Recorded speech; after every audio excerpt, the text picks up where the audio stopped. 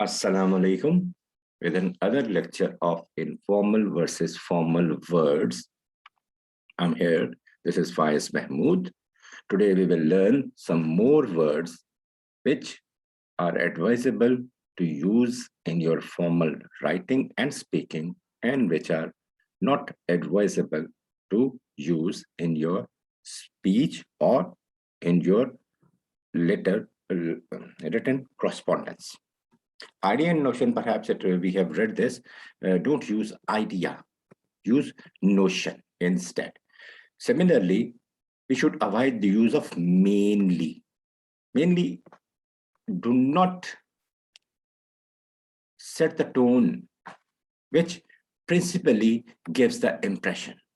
Principally is more powerful word than mainly to say the main reason of something. Similarly, if you say that I'm seeing the situation, I'm seeing the economic situation of the country, you are not seeing, you are watching, or you are observing the situation, what is going to happen and what is not going to happen. You observe this, you don't see this. Similarly, when you are going to put forward the reasons of your answer or reasons of something which happened or which is going to happen, or you are going to put a reason why you want to do something, so you avoid the use of so, use therefore. Similarly, don't say no to anyone. I say no. You may reject or accept someone's proposal, someone's suggestions, or someone's thesis. You may reject them. You cannot say no to the suggestions. Similarly, famished is an exaggerated word when you want to say I'm hungry. It's a very exaggerated word which have entered into our vocabulary, into daily use. We should avoid the use of famished. Famished is a certain condition where the whole lot of people are dying because of hunger and lack of food.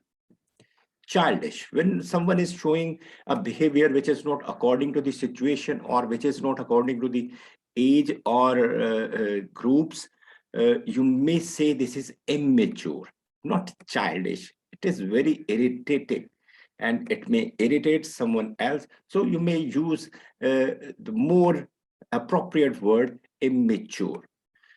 Similarly, avoid using maybe in your formal writings. You should instead say perhaps. Perhaps it's possible or not.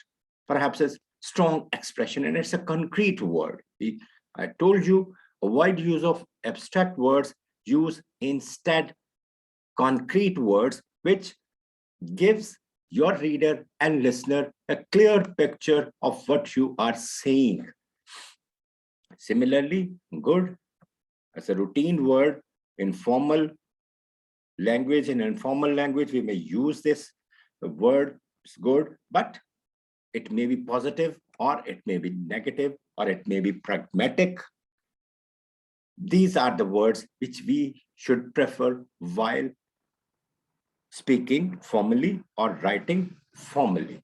Thank you very much for watching. We will be here with another lecture of formal versus informal word. Don't forget to subscribe my channel. Thank you.